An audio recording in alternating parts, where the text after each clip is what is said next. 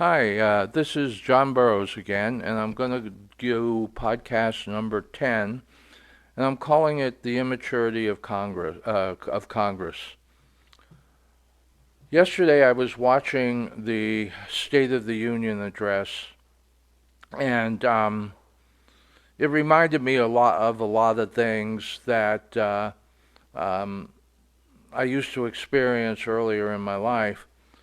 Um, one of the things about the State of the Union is, first of all, let me get this out of the way.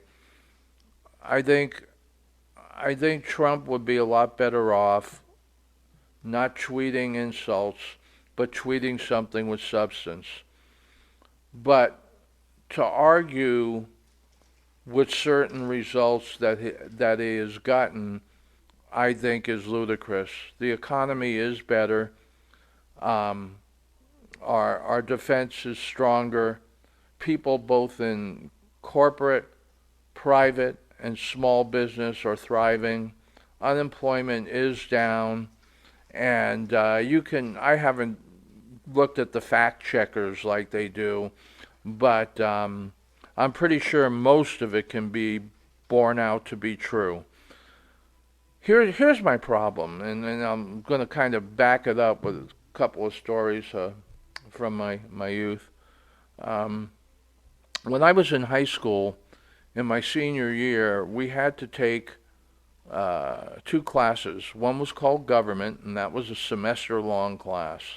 And the idea with government was to have the House of Representatives and the Senate and have a mock election for president and that type of thing. Um, I decided I was going to run for president of the United States for this mock uh, um, government class, and uh, my primary rival was a guy by the name of Terry B. Now, it really seemed, because of the fact that I was a goof off and comedian in the school, that I was quite popular, and I was going to win the election on that basis only. It looked like it was going to be a slam dunk, but you know, I'm the type of guy that likes to do things a little bit differently back then when I was very immature and a screw up, and I kind of wanted to ensure the election. So I went over to Terry's side and I had a conversation with Terry, and I said, "Look, uh, what I'd like to propose to you is that you get your people to vote for me as president, and I will then, surprisingly, pick you as my vice presidential candidate, and we can work together on getting bills passed in Congress and everything we have to do for this stupid class. But I think it would be a great partnership." In other words, I was kind of, doing things a little underboard, kind of like trying to convince him that it would be best to throw the election my way, and then he could become vice president, and we both could be, you know, popularized in our particular class. Well, he agreed to it. Then the next day, or a few days later, in the school newspaper that comes out, he took out an ad, of course, which didn't cost him anything. It was just an ad. He went to the editors of the school newspaper, and there was an article in there that John Burroughs has sold you out. He had come to me to tell me if he threw his support behind him and his people's support behind him, that he would nominate me as his vice president, and we would carry on kind of controlling the country and controlling Congress and pretty much doing what we want and getting this silly class over with. Okay, that's one example of something kind of stupid to do and kind of, underhanded, but people do that. People make deals. I forget that show on Netflix that Kevin Spacey was in, and all the underhanded deals. I think, oh yeah, I think it was House of Cards, and all the underhanded deals he made and manipulated his way to the presidency. And I really believe that's what goes on a lot in our government. It goes on in every government. Worse in most governments. That's one example. Um, Another example is, as I told you before, maybe I haven't.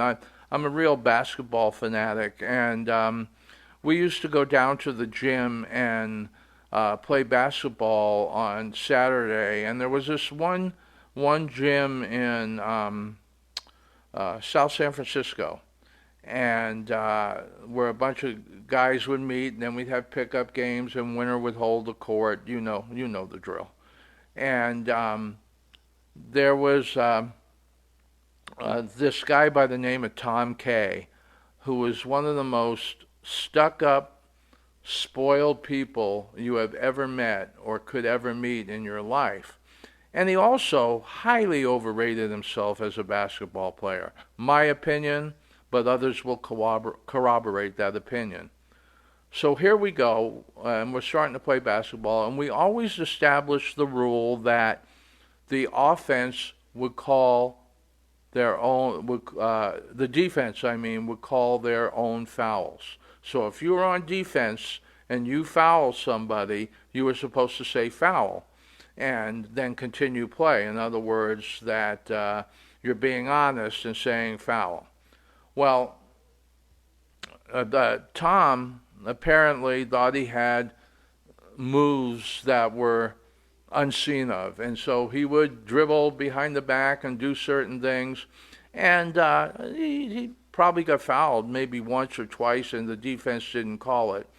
But he acted like every time he went towards the basket, no matter what. I don't know if you guys know who Rasheed Wallace is in pro basketball, but he complained about every foul that was ever called on him. There wasn't a time that he went for the basket that he wasn't fouled. This was Tom. So he was complaining and yelling and screaming that was a foul, and he was yelling at the screaming at the top of his lungs. And of course, the defenders were saying, look, I didn't foul you, Tom. You can't be fouled every time you go to the hoop or whatever. Well, here's the rub with Tom. Tom was a very spoiled, rich kid. And always he had the best basketball. The newest model, at that time it was Wilson, of the leather basketball to be used in gyms. And he always kept it in pristine condition. So anyway, we kept arguing away, and he finally got frustrated, and he said, that's it. I'm done. I'm taking my ball and leaving. Now, think about it. Do you think we went to the gym with one basketball? And do you think we really cared that his basketball was pristine? Yeah, we liked playing with it, but we loved the game more. So the game went on, and we played basketball, and we forgot all about Tom's stupid display of immaturity. You got to realize he was in his mid-20s. Okay, I wanted to tell you those two stories because watching the State of the Union the other night, forget whose side you're on. Forget whether or not you think Trump's accomplished the things he's accomplished. I happen to be living a better life since he's been president, and I also disagree with some of the things he does. I do not think he's perfect. I think he needs a lot of help in his social skills. But one of the things it reminded me of was a bunch of immature high schoolers. So anyway, ladies and gentlemen, the President of the United States, and Trump comes walking out there shaking hands with pomp and circumstances, and he gets up to the podium and he turns around and hands his speech to Pence and shakes Pence's hand, and he hands his speech to Pelosi, who extends her hand, and he just ignores her and turns around and starts out with the speech. Now, that was pretty low class to do. He's the president of the most powerful country in the world. No matter whether or not you disagree, this is a very formal atmosphere that we're doing, that the President of the State of the Union address that takes place in, and certain protocols should be met. And whether or not they dislike each other or haven't talked to each other in months, he should have shook her hand. So we go through the whole speech, and it really looked like a high school with a bunch of cliques. You saw one side standing up, clapping for everything Trump said, and you saw the other side sitting down in their clique and not doing a thing. Also, on the other side, you saw all the quote unquote strong modern women in white, which was another clique. Okay? And then you saw different cliques on the Republican side. And it always reminded me of high school because in high school we had cliques. We had the greasers, the surfers, the jocks, and later on along came the hippies. And we all weren't especially fond of each other, but we didn't dislike or hate each other. In fact, we got along and hung out with each other in many instances. Um, I'm talking about high schoolers now. We were able to get along despite our differences in views and music and everything that teenagers are interested in. So then the whole speech goes on, and there's the clapping and everything. And I've seen these speeches before, and so it was nothing out of the ordinary, except for that he had refused to shake her hand. So when the speech was over, what does Pelosi do in front of the cameras, the millions of Americans watching across? She stands up. The only thing she was missing was pigtails. She stands up like a little girl and starts taking 10 or 15 pages of his speech and ripping it up and ripping it up and ripping it up so everyone in the country can see that Her Highness was insulted by not getting her hand shook. At the same point, there was no reason to put on that show of immaturity and ripping it up like, how dare he not shake my hand. So that really tells you the state of the country that we're in. And we're going to remain divided, believe me, because, I don't know who I'm going to vote for. Actually, I kind of like this Yang guy.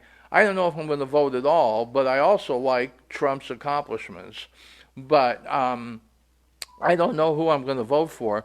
But one thing I do know is that's not the way for adults, especially the leaders of the most powerful country in the world, to act. And if you want to take it a step further, I happened to catch the snippet of Schiff and making his speech on how President Trump had abused his power, and that if we don't impeach him or convict him of the 2 articles of impeachment, what could happen next? And the example he brought up was that he could turn around and sell Alaska to the Russians. Really? He's going to sell Alaska to the Russians after he just spent, I don't know what it was, $16 billion on defense? And Alaska is one of our most strategic strongholds out there, closest to Russia. No, Adam, he's not going to do that. I mean, he might be a big jerk and a big idiot, but and he might live, and he might think he's the greatest thing since buttered toast. But I don't know what alternate universe you're living in where you think that he would do something like that. He mentioned something else that was equally ludicrous that just blew my mind. I shut the TV off. Okay, I just shut it off. And it's like I said, I don't know who I'm going to vote for, but I do know I don't agree with everything Trump did, but I do agree with a lot of things, and I think there's a lot of things he could do differently. I think we have serious flaws in the immigration policy. However, I think when you look at the coronavirus, sometimes we just have to shut down our borders regardless of what's going on. And there's other things that I don't necessarily agree with him on. But I just wanted, the whole purpose of this podcast was, as I watched this, I'm an older guy. I did a lot of acid. I was almost hallucinating, like I was back in high school, watching these kids, I'm never going to speak to him again. I'll never talk to him again, or I'll never talk to her again, or she's a B, or he's that. So anyway, what we have in Congress today is a bunch of self-centered egomaniacs that rather than do the things necessary to keep this country going and keep it at a pace where most people can live a decent life. And what I mean by that is I've worked in corporations, I've worked in privately owned businesses, and I've worked in small business. And the Democrats yell out that, Trump is trying to destroy small business or whatever. Well, when Obama was in power, I worked for a company that had 10 people, and one of the owners of the company completely bankrupted himself trying to keep that company alive because of the policies and regulations and payroll taxes and all the crazy things that the Democrats had enacted. So don't agree with everything Trump says. Don't agree with everything the Democrat says. I'm just right of center. But in the end, one thing I do know for sure is we got to get all these Congress people a bunch of bibs and some Gerber's baby food. All right, John Burroughs signing off. Not trying to be funny, just trying to tell you my opinion. Thanks very much.